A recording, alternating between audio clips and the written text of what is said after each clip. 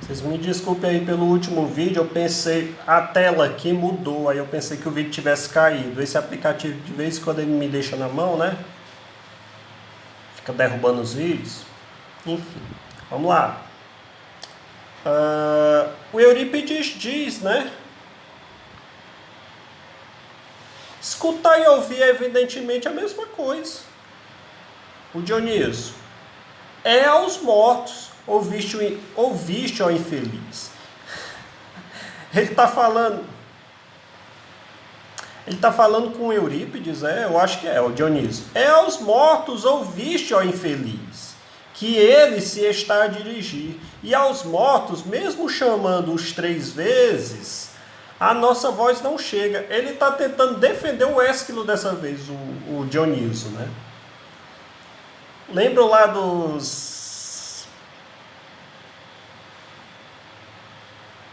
das libações? Lembram das libações? Você derramar para um Deus, para o santo, não sei o quê, e falar 3 vezes, né, para chamar os mortos, né?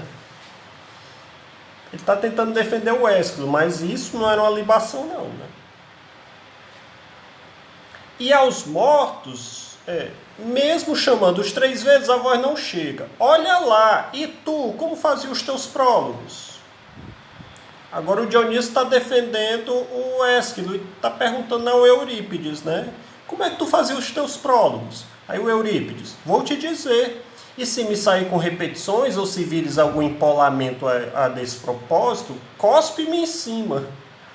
Empolamento, né? Essas frases assim pomposas, essa coisa gigantesca, muito sublime, né? Ele está dizendo 2 coisas, ó. Se eu ficar em repetições e se eu usar esse tipo de frase, pode me cuspir. É isso que ele está dizendo. Dionísio, anda, recita lá. Estou aqui para ouvir os teus prólogos e avaliar-lhes a correção dos versos. Aí o Eurípides vai citar um dos prólogos dele, né? Édipo era, a princípio, um homem afortunado. Ao Dionísio. Ora és afortunado uma gaita. A desgraça estava ali na massa do sangue. Tanto assim que ainda antes de nascer, nem sequer engendrado tinha sido, e já Apolo anunciava que ele havia de matar o pai. Havia um oráculo. Oráculo é alguma adivinhação do futuro, né? Ou também a própria pessoa que faz os oráculos, tá? Ou o local, né? Como por exemplo o oráculo de Delfos que eu falei para vocês, né? Apolo era o deus Vat. Existe essa palavra, tá, gente? Vat. Que fazia vaticínios, previa o futuro, tá? E Apolo havia previsto que Édipo iria matar o próprio pai e se casar com a mãe. Esse vagabundo que teve na CPI semana passada, o tal de Luciano Hang, ele foi comparado a Édipo. Eu vi em algumas páginas na internet ele sendo comparado a Édipo, porque Édipo casou com a própria mãe, né? Mas pelo menos Édipo, coitado, ele não sabia, né? O Luciano Hang, ele fraudou a própria certidão de óbito da mãe para proteger um hospital e proteger o presidente dele. Olha que absurdo, né? Ele foi comparado a Édipo. A história de Édipo é uma história muito triste, tá, gente? A gente vai entender um pouco sobre a história de Édipo. O Eurípides ele vai falar, para quem ainda não sabe.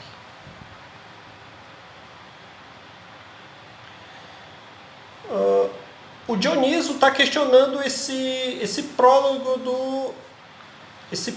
do Eurípides, porque Eurípides diz assim, ó. Édipo era a princípio um homem afortunado. O Dionísio está dizendo que ele nunca foi afortunado. Antes de nascer, coitado, ele já tinha um vaticínio contrário a ele. que ele iria matar o pai e se casar com a própria mãe. E percebam os outros argumentos. Ó. Como dizer então que ele era a princípio um homem afortunado? Aí o Eurípides, que mais tarde se tornou na mais desgraçada das criaturas.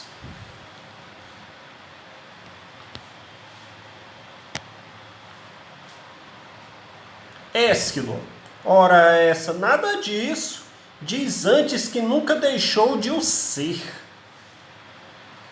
Ou não foi assim? Mal que nasceu, em pleno inverno foi metido numa púcara, e púcara é uma espécie de uma cesta, tá, gente? E exposto, ou seja, colocado ao vento, para evitar que quando o homem se tornasse o assassino do pai. Já já a gente vai reler isso e eu vou explicar a história de Édipo, tá?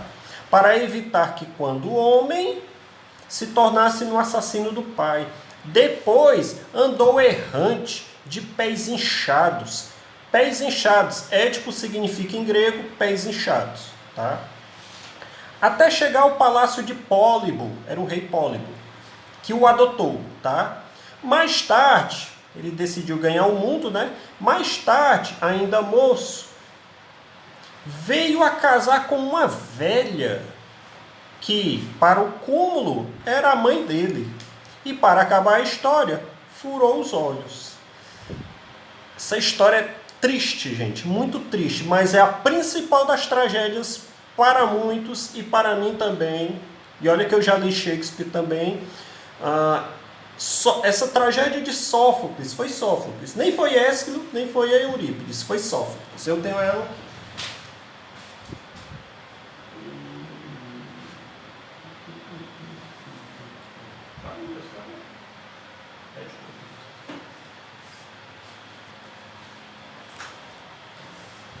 Se ela não tivesse uma linguagem tão difícil, a gente ia ler junto. Édipo Rei, tá? Para Aristóteles, foi a principal das tragédias que os gregos antigos produziram. Para Aristóteles, tá? Qual é o mito de Édipo? Édipo, ele tinha esse vaticínio, que quando ele crescesse, ele iria matar o pai e se casar com a mãe. O que o rei fez? O rei não teve coragem de matar o próprio filho. Por quê? Crime de sangue. Ele seria perseguido pelas fúrias, do jeito que Orestes foi. O que ele fez? Ele pediu para um serviçal do palácio jogar ele na floresta, sabe? Tipo, para que os bichos, enfim, matassem o próprio filho. Ele não teve essa coragem, né?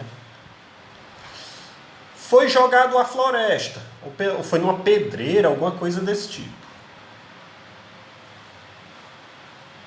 Melhor, por isso que ele tem os pés inchados. Foram furados os calcanhares dele, tá, gente? Essa parte aqui desse nervinho aqui atrás do tornozelo foram furadas e ele preso lá ainda bebê. Foram furados e ele preso lá na floresta. Esse rei Pólibo, ou foi um agricultor comum, eu não lembro, o viu na floresta e o salvou. Ele foi adotado por esse rei Pólibo.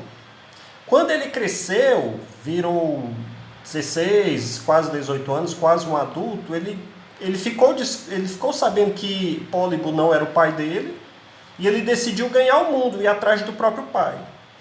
No caminho, ele tem uma discussão feia, pensando que eram bandidos, ele acaba matando os serviçais e matando um homem. Acaba matando um homem, tá? Ele chega à entrada da cidade de Tebas. Quando ele vê a cidade e Tebas, ela estava sendo devassada por um monstro chamado Esfinge. Esfinge tinha cabeça de leão, asas de águia,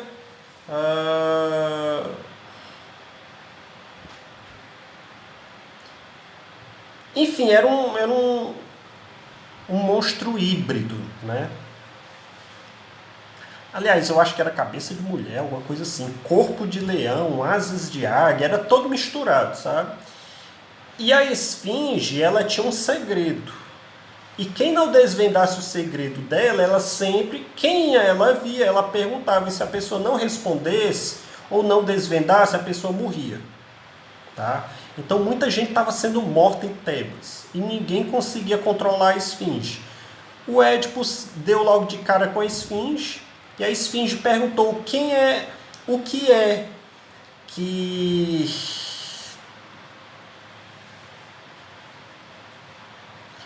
Se eu não me engano, a pergunta é essa: o que na primavera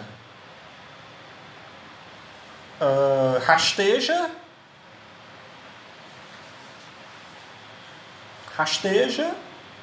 no verão. Aliás, é assim: o que é aquilo que de manhã rasteja, à tarde anda em dois pés e à noite anda em três pés. É alguma coisa assim, sabe? Aí Édipo pensou e disse: o homem, o ser humano, que na infância ele engatinha, na fase adulta ele fica em pé, né? Lógico. E quando ele é velhinho, ele fica andando de bengala. A esfinge morre. E a partir daí ele se torna rei da cidade de Tebas, que havia perdido seu rei. Seu rei havia viajado e havia se perdido, não voltou. A rainha estava sem rei. Ele se casa com a rainha. Depois é que ele descobre que aquela pessoa que ele matou no caminho era o rei de Tebas, e ele matou o rei de Tebas, o próprio pai, e casou com a própria mãe. Quando ele descobre isso, ele fura os olhos. Ele não confia mais nos próprios olhos. Pesada, né? É uma trilogia também, tá? Trilogia de Sófocles. Deixa eu ver com quantos minutos já estamos. Vou usar mais uns 3 minutinhos aqui, tá, gente? Porque eu tive que contar o mito de Édipo. Ésquilo. Ora essa, nada disso. Diz antes que nunca deixou de o ser. Ou não foi assim? Mal que nasceu, em pleno inverno, foi metido numa púcara e exposto, para evitar que quando o homem se tornasse no assassino do pai. Depois andou errante, andou pelo mundo, de pés inchados. Pés inchados por quê? Porque furaram os pés dele. Né? Ele passou a vida inteira com esses pés inflamados, sabe? Pés inchados mesmo. Até chegar ao palácio de Pólibo. Mais tarde, ainda moço, veio a casar com uma velha, que para acúmulo era a mãe dele. E para acabar a história, furou os olhos. E ainda teve filhos com a própria mãe. Pesado, né, gente?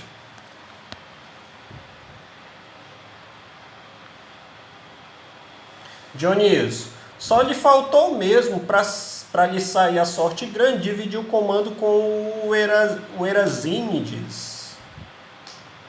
Eu não entendi essa nota não. Enfim, foi um dos generais condenados à morte pela batalha. Era um criatura lá da época, tá? Eurípides, só dizes disparates, a verdade é que os meus prólogos são bons. Ésquilo, pois bem, não me proponho passar no crivo, verso por verso, as palavras que tu usas, uma a uma. Vou mais assim como os deuses me ajudem, dar cabo dos teus prólogos, a galheta. Vocês vão entender. Ele não vai... O Ésquilo está dizendo que ele não vai passar um crivo, uma lupa, palavra por palavra para ver um erro, não. Ele vai resolver tudo, sabe de que forma? A galheta. O que é uma galheta? Galheta era tipo um pote onde se colocava vinho, tá? Em homenagem ao próprio Dioniso, né? A galheta. Ele vai resolver tudo a galheta. Em que sentido? Tudo que o Eurípides disser do prólogo, ele termina com galheta. E dá certo. Vocês vão ver. É engraçado essa parte. A galheta, dos meus prólogos, vai dar cabo, né? Vai encerrar tudo com a galheta. Ésquilo, isso mesmo. E uma chega. E é que tu compões de tal maneira que qualquer coisa, uma ampulheta, uma galheta, uma saqueta, se ajusta aos teus iambos. Faço-te uma demonstração, e é já. O Ésquilo está dizendo o seguinte: tuas composições são tão simplórias, são tão básicas, tão simples, que qualquer palavra você encaixa nelas. É isso que ele está querendo dizer. Entendam, tá, gente? O grande poeta, a grande poesia, o poeta ele mede palavra por palavra bem ajustadinho para que o verso ele se torne, digamos, perfeito. É essa crítica que o Ésquilo faz ao Eurípides. Você faz qualquer verso de forma que qualquer palavra que eu colocar se encaixa nela. E ele vai usar galheta. Vamos ver.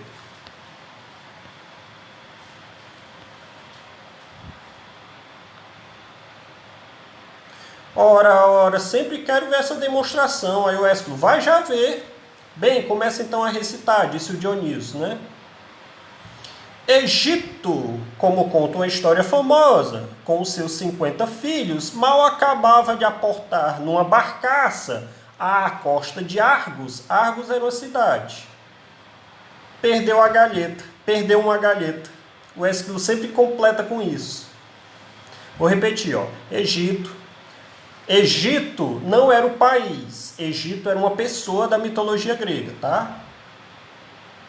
Como conta uma história famosa, com os seus 50 filhos, mal acabava de aportar, ou seja, de chegar numa barcaça à costa de Argos, perdeu uma galheta. Ao Dionísio, que raio de galheta é essa? Raios que apartam. Aí Eurípides, recita lá um outro prólogo para eu avaliar melhor. Aí o Eurípides, né? Dionísio, outro prólogo dele, ó. Dionísio, de tirso na mão, de pele de veado vestida, por entre o clarão dos archotes, tochas, tá? Em pleno Parnasso, aos saltos numa dança sagrada. Aí o Ésquilo completa, ó, perdeu uma galheta. Dionísio teria perdido uma galheta, né?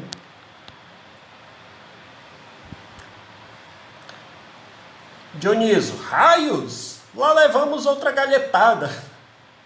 Eurípides, desta vez não vai haver problema que neste prólogo ele não consegue enfiar a galheta. Lá vai outro. Felicidade completa na vida não existe. Há quem, embora de nascimento ilustre, tenha falta de meios de sobrevivência. Outro, de berço humilde, perdeu uma galheta.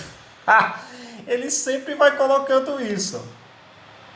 O Ésquilo mostra, na verdade isso aí é o Aristófanes, né? Vai mostrando que os versos do Eurípides são tão simplórios que dá para você encaixar qualquer palavra ali no final que o verso fica comum e nítido. Ao Dionísio, Eurípides, que é: recolhe as velas, que a tal galheta ameaça soprar com força. Ou seja, fica na tua, fica calado, tu já perdeu essa, né? Aí o Eurípides insiste, ó. Bem pelo contrário, estou-me nas tintas, desta vez vou-lhe fazer saltar da mão. Aí o Dionísio, anda lá, passa outra e cuidado com a galheta. Cuidado com a galheta. Eurípides, depois de partir, um dia, da cidadela de Sidon, Cadmo, filho de Agenor, aí o Ésquilo, perdeu uma galheta. Dionísio, olha, amigo, compra-lhe mais a galheta, antes que ela nos dê cabo dos prólogos. Ou seja, já tem tanta galheta, compra logo uma, né? Já ganhou tanta galheta na cabeça. Pessoal, a gente vai parar por aqui. Eu achei bem legal esses versos. Ele fala mais de como é a construção dos versos na tragédia por esses dois grandes poetas, tá? Próxima aula a gente continua.